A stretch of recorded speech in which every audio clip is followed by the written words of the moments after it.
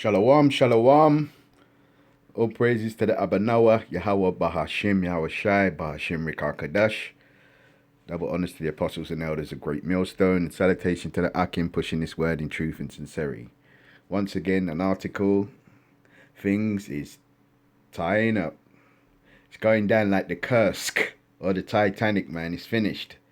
Okay, this is from the BBC News. It says China warns UK as carrier strike group approaches. Right, so because if you're not up with the news, Australia, America, who else is in there? Philippines, and a few other nations are sailing up and down the straits of the South China Sea, where China is saying you're encroaching on our territory. So tensions are getting higher. So it says here, Britain's going to send their aircraft carrier through there, and China has said it's their HMS Queen Elizabeth is part of the UK carrier strike group sailing through the South China Sea. China has warned the UK's carrier strike group, led by the aircraft carrier HMS Queen Elizabeth, not to carry out any improper acts as it enters the contested South China Sea. The People's Liberation Army Navy is at the high state of combat readiness, says the pro-government Global Times. Seen as the mouthpiece of the ruling Chinese Communist Party, CCP, China has been closely monitoring the progress eastward of the carrier strike group, which is currently sailing through the South China Sea en route to Japan, while accusing Britain of still living in its colonial days. Yep, because remember, Britain owned 90% of the world at one time. America came out of Britain. In Revelations, it's known as the Little Horn. America is known as the Little Horn, what came out of Britain. That's why Britain is the financial power of Edom, of the Edomites empire, and America is the so-called military, and Rome is the so-called religious. Okay, them three sectors or factors of the beast. Okay, and NATO is the other arm of the Edomites. Yeah, the NATO, the so-called Caucasian countries. Okay.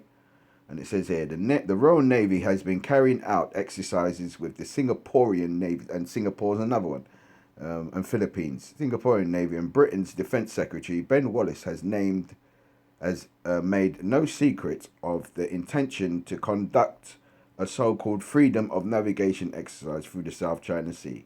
Contrary to a 2016 international court ruling, China claims much of that sea as its own and has been busy building artificial reefs and runways, some of them close to the territorial waters of neighboring states. Both US and Royal Navy ships have recently challenged China's claim of sovereignty in the South China Sea by proposingly sailing through it.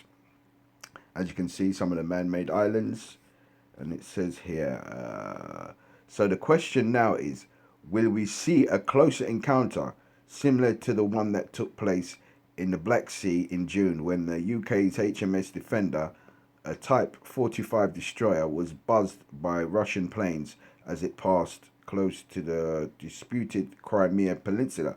Yep, because the tensions are rising. The Lord said, I'm going to bring you down there for the World War III. Okay? What did he say? Come near, you nations, and hear and hearken. He said, I'll bring you down to the valley of Jehoshaphat.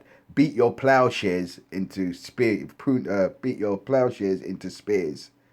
Weapons of war, because we're going to war. You know what I mean? China is not looking for a direct confrontation with a major US ally in the South China Sea, says Valer Norns, a senior research fellow at the Royal United Services Institute, RUSI, a London think tank, but it will certainly make its intentions clear.